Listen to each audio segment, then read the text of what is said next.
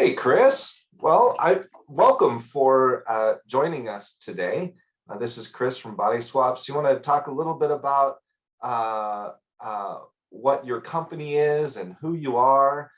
Remember, we're right here live, of course, in front of everybody below us. Everyone, I appreciate you coming to these bi-weekly educational casts. We try to interview companies, VR companies from around the world that have great products that are used for educational purposes, both in companies and in universities and schools. So today I've got Chris here from Bodyswaps, and I can't wait to hear what he says about some of the stuff that I've gotten to experience. So Chris, give us a little introduction about yourself and your company. Yeah, sure. First, hi Jay, and hi everyone. Thanks for coming. So I'm Chris Mallet. I'm French, as you can hear. I'm the CEO of Bodyswaps. We're a 10-people company based in East London, and what we have is essentially a platform for soft skills training that uses virtual reality.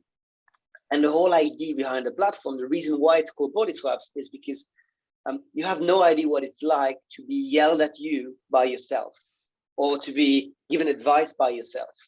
And we learn as human beings, we learn through self-reflection. So what you can do in Bodyswaps, and what makes VR magic in that way, is that you can act in a scenario, say a job interview, for example, or giving feedback. You're going to act with your own words and your own body language, and then you're going to Bodyswap to watch yourself back from the perspective of the other person. And so when you do that, you learn from yourself, and the more you do it, the more you build a confidence in your own skills. Yeah, thank you. At Vedex Solutions, we've come across a lot of educational platforms, and one of the things that I've noticed is those things that are awkward to do in person work really well in virtual reality, right? So taking a language and practicing your language skills in virtual reality, for some reason, as everybody here down below is here in an avatar, it's not as embarrassing, or it doesn't feel as awkward. I don't know. When I went through the Bodyswaps, I really enjoyed the experience.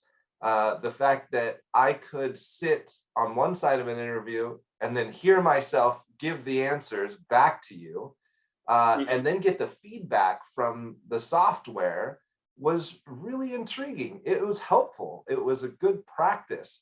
Tell me, what got you inspired? Why this? What got you into doing this for people? Well, we didn't invent the idea of Bodyswaps. I think it's important to say. So I started in VR with my partner Julien 7 years ago. We had a VR marketing agency, right? So we worked for Adidas and for the Champions League and for Samsung. So telling stories using VR, and always kind of selling this idea of VR is so immersive. It's the most memorable thing you can give someone. So for marketing, it's wonderful. And so much so that I was teaching that at university in Geneva, in Switzerland. And when I was teaching around VR as a marketing medium and as a storytelling medium, I was always referring to a bunch of studies, academic research studies, that have started appearing in like 2013, 2014. And those studies are all around virtual embodiment and behavioral change. In other words, you have a body in virtual reality, as you know, you have your hands and whatnot, and then you get into a situation where you have to act. How is this then going to help you change your behavior in the real world? Is there more impact being embodied in VR than there is, for example, watching a video or reading a presentation? And one of those studies was a British researcher called Mel Slater. And what he did is he went to study self-reflection on being depressed. So he worked with 15 women suffering from severe depression. And the hypothesis was, when you're depressed, one of the things that happen is you have too much self-criticism or not enough empathy for yourself. And so he had this idea for the first time. He said, I'm going to put those women one by one in VR, in a body that looks like themselves in front of a mirror. And in that experience, they're going to have to talk to a little girl who's crying, an avatar of a little girl who's crying. and the job is just tell the little girl nice things so she stops crying. The little girl is a dumb avatar. There's no AI, there's no nothing. That avatar stops crying after a minute. And after a minute, you body swap with the little girl. So you find yourself in the body of that little girl, even the perspective changes, and you watch your avatar giving those kind words. And what happens, as you can guess, is because you're embodying the little girl, you're essentially giving those kind words to yourself. And the results of the study show that after months, for the majority of the patient, that very, very short interaction had an impact on the clinical level of the severity of how they were suffering. And so for me, this is that's nothing short of a discovery. Like it's like that's a breakthrough. As a parent, I would love to have that for my kids, to hear myself talking through. Yeah. No, that's exactly. So yeah, that's for sure. And so then you got into this, and for all of you that might just be joining right now, again, I'm with Chris from Bodyswaps, and we're talking about the ability to have an interview and swap back and forth between the interviewer and the interviewee in a variety of different experiences as you prepare for a job, or for companies that already have want to share perspective. So can you talk a little bit about your library, Chris, and your experiences? How many experiences do we have in the library together, and what are the main topics for everyone watching today? Yeah, sure. So at the moment we have 15 experiences. So an experience is like 15, 20 minutes. And that's everything from the basics of communication, learning about job interviews, about who you are, managing your anxiety, answering to questions with a beginning, middle, and an end, kind of the basics really. And we work with people who are 16 to 18-year-olds, all the way to workplace communication essentials. So when you start about active listening and clear communication and challenging other people's behavior, and then we move down towards the level of expertise to inclusive leadership. So resolving a conflict and so on. But to illustrate your point about psychological safety, right? You manage the fact that it's good to do it in VR because you can do it alone, because you're talking to pre-recorded avatar, so they hear 24/7 and have no feelings and no judgment, right? So whatever you say to them, it's fine. That's level one, I think. Level two of that idea of safety is safety in the real world. And so what I mean by this is the very first experience we did, the one that got us to abandon the marketing agency and become Bodyswaps, was for nurses in psychiatry. And we were approached, and the challenge was this: is like, you studying to be a nurse in psychiatry, you're going to learn all the theory in the classroom, and then you're placed in hospitals where you're supposed to be supervised, but the supervisors are doctors and have better things to do. And in those hospitals, you have interactions with suicidal patients, schizophrenic patients, etc. And you haven't been trained for those interactions at all, besides the knowledge, right? And so that means that you have 20-something people running around the hospital corridors, having interactions with suicidal patients. That's not the kind of interaction where you can just learn on the job and try new things. Life is literally at stake. And so what you find here is there's a gap that exists between the classroom and the real world. And that gap is called experience. And normally, we fill that gap in through years and years and years of practice in the real world and messing things up, right? Yeah. But now we don't have to mess things up anymore. We have a flight simulator for those kinds of conversations. So that's the protect yourself and protect others by knowing what you're doing the day you arrive on the job. So a lot of our viewers in VR here are from all kinds of backgrounds. Many of them might just want to do this experience. And how do they find it? How do they find Bodyswaps and try this out? How do they get a hold of the app? What's the best way? Well, the best way is to contact you guys. I think there's a door behind you where you can fill in an inquiry, and Jay here and his wonderful team will be in touch very, very fast. Excellent. Yeah. So and because really your solution so far has been working directly with companies and deploying it for those companies. Now, if there's company owners and managers down here watching, not only does Chris have an entire library pre-done, but they can also, if you want to invest in a, a particular subject or selection, can then build for you. Is that right, Chris? Yeah, it's correct. So the last bespoke experience we built was for a train company in the UK. Mm-hmm. And they had, I can't name them, you're going to understand why in a minute, because they had pretty bad ratings for their staff on the train, on the platform. So when the trains are late, which happens all the time in the UK, and you're very angry because you're going to miss whatever you're going to, you're going to interact with people. They're not necessarily very helpful. And so how do you teach customer service in a way that first is engaging and two is going to deliver? So what we did is 2 simulations specifically for them, because you had to create the train, you had to create the platform, the uniforms, and all of that. So we worked hand in hand and creating something for, they trained 2,500 people. So whether you're a business owner or an educational institution that wants to do professional development for their staff, or an educational institution that wants to prepare their students for the job market, everything is here in Bodyswaps. And like Chris was saying, if you turn around behind you, there is a door that has Bodyswaps on it. And if you go through that multiverse door, what you're going to find is a waiting room. I'll be in there live after this, after I'm done here with Chris. So if you want to come talk to me after we're done here, I'll be in that virtual reality waiting room. But in there's an inquiry form. So if you just want to head over there now and send your inquiry through to us, that'd be great. Now, if you are an individual that just wants to practice, you cannot find this right now in an individual space. However, if you go to globalxracademy.org, where we offer classes through a virtual reality academy, you can find a Bodyswaps preparation class.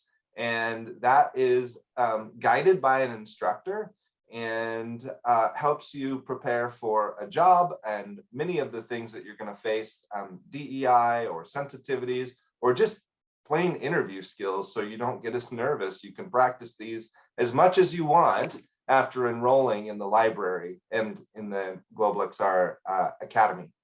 So great. Well, all this talk, can we look at it? Let's take a look at it. So can you show us a little bit more of what it might be like in that experience?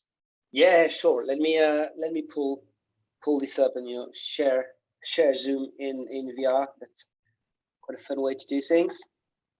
Okay, let me know, Jay, if you can see the presentation when I share it. Can you see this?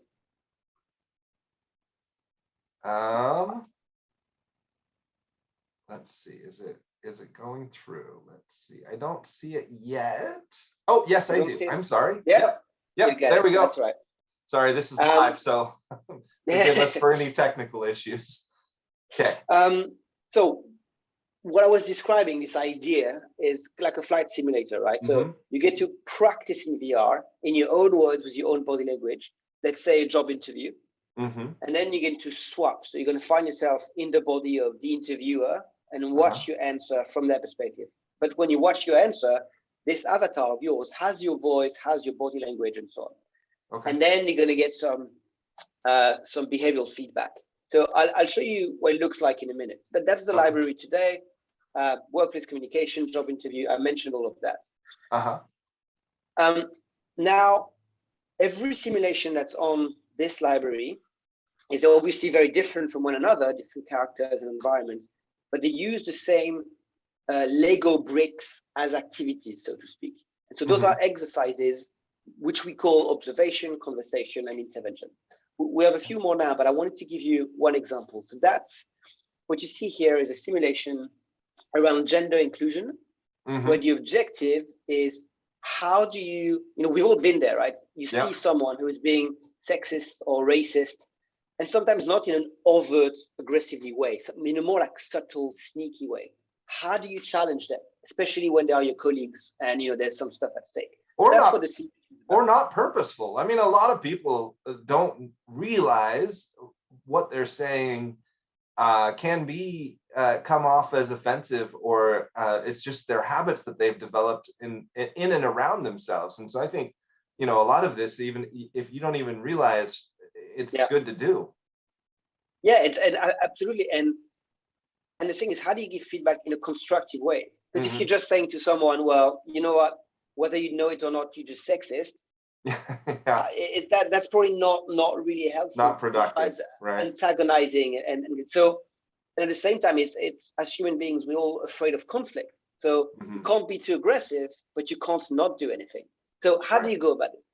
So in this simulation, you first observe Sam and Sophie. So you're working with them on a project, and they're interacting. And your job is to click on the controller of the trigger of the controller every time you feel or hear that Sam is being a bit weird.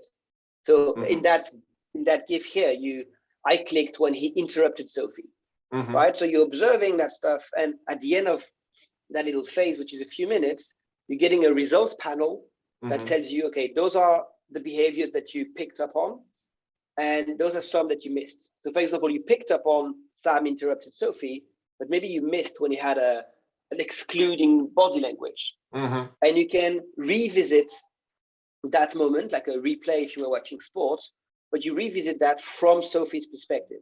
So you also get to feel what it's like. But that's the first kind of learn by observing.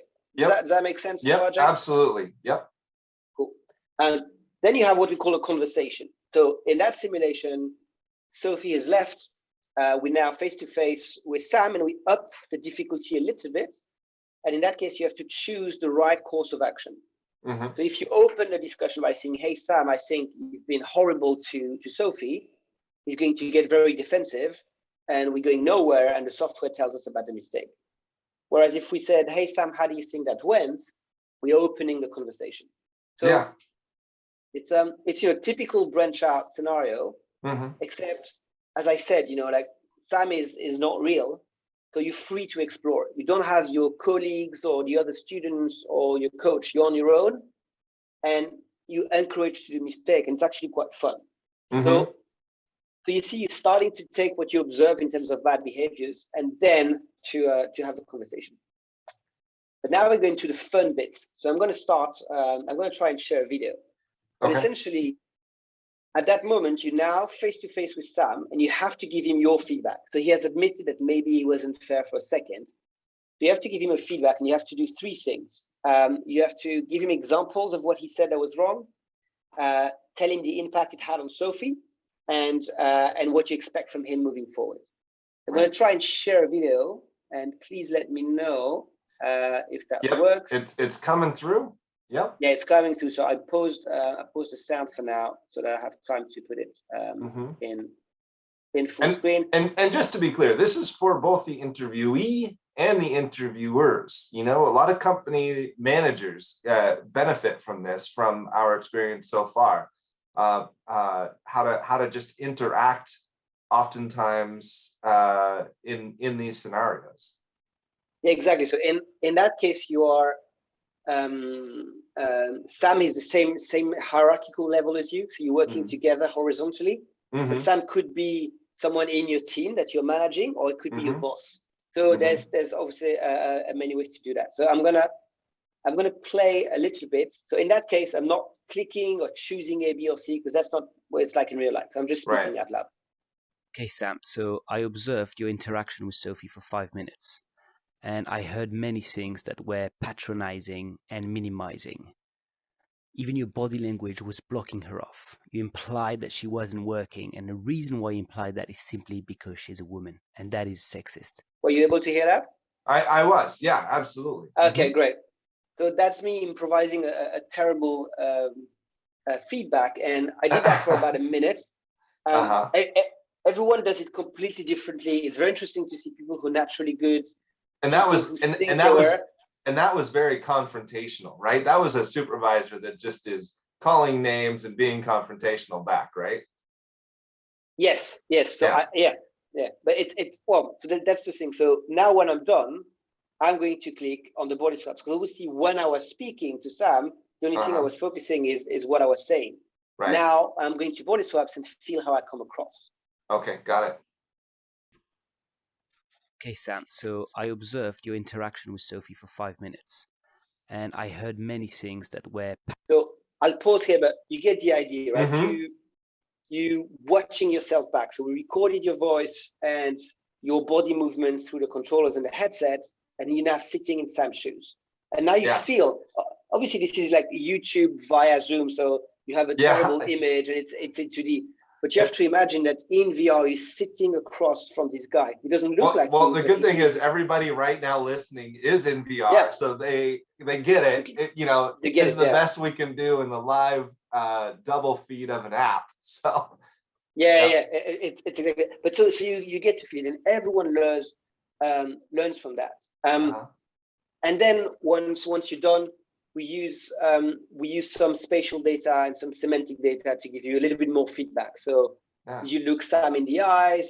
Did you call him by his name? Did you have an open body language or a closed one? Did you use some examples of what he said and done? And so on. That's great. I can see how absolutely helpful. You know, I mean, I've experienced it myself as we partnered with you as VetX Solutions, but you know, everybody that watching here today, I hope they got a sense of being able to share empathy and experience with others. And that's one of the things that virtual reality is good for, right? Is really trying to experientially learn. And this Bodyswaps is fantastic. And so great product. Tell me a little bit about the future now. What's next for you guys? What's the next live? Well, what you can share, of course. Don't, you know, just it's something exciting for all of us to look forward to. I think what we want long term is to automate soft skills training to the greatest extent. And I mean that the vision is to bring together XR, virtual humans, and AI, right? So that at the moment you see those are bricks, those are exercises, but ideally you would want to have a free-flowing conversation with a smart but virtual coach, right? So that you can practice anything you want, completely safe on your own time. And then if you have a coach in the real world, fantastic. You can really go deep with the real coach who knows you and what you want. Right. Learning the basics, becoming, because like the thing with soft skills is those are skills that you can learn.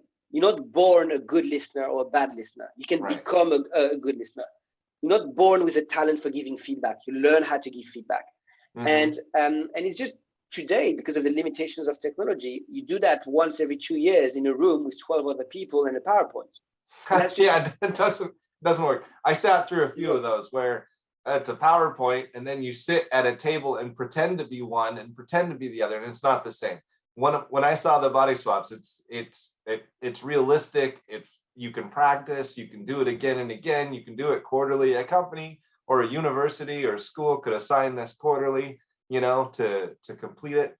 You know, that brings me up to the next spot on the LMS. Is there an LMS integration for HR? Is there LMS integration for schools yet for the experiences? Yes, well, so there's two. So we have LMS integration, which we do, you know, depending on what LMS you have.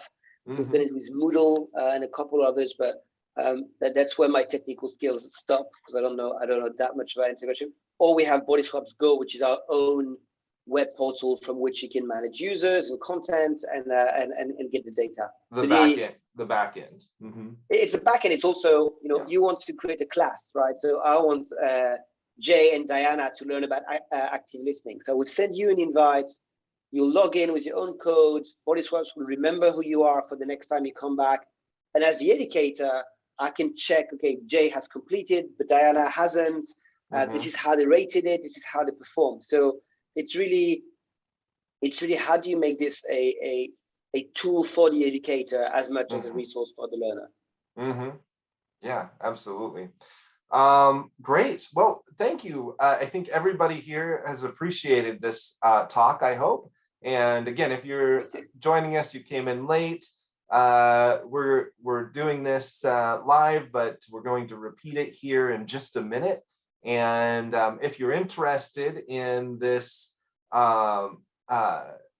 talk, go to the room behind you. I'll be in there live in a minute, and we can have a further chat. If you have a school, if you have a company, if you're just an individual, it's applicable to all. And you know, one of the things that really always strikes me as interesting is we call these things soft skills. They're not soft skills. They're essential. They're essential skills, right? I mean, the listening, the empathy, these things that we call soft skills are actually essential skills. And I hope everybody has a chance to experience this. So anyway, Chris, thank you very much for the interview today. Any final comments for everyone watching here in the multiverse today? Well, you when you said essential skills, you made me think of something, which is that out of all the simulations we've done, the one I use the most on a day-to-day basis is the active listening one, which I use pretty much every day with my girlfriend. And I know it sounds fun, but I don't know how many evenings of bad vibes I have avoided by applying very simple principles of shut up, don't give your opinion unless someone has understood for you, and don't minimize someone else's emotion, even if you think they shouldn't get so upset.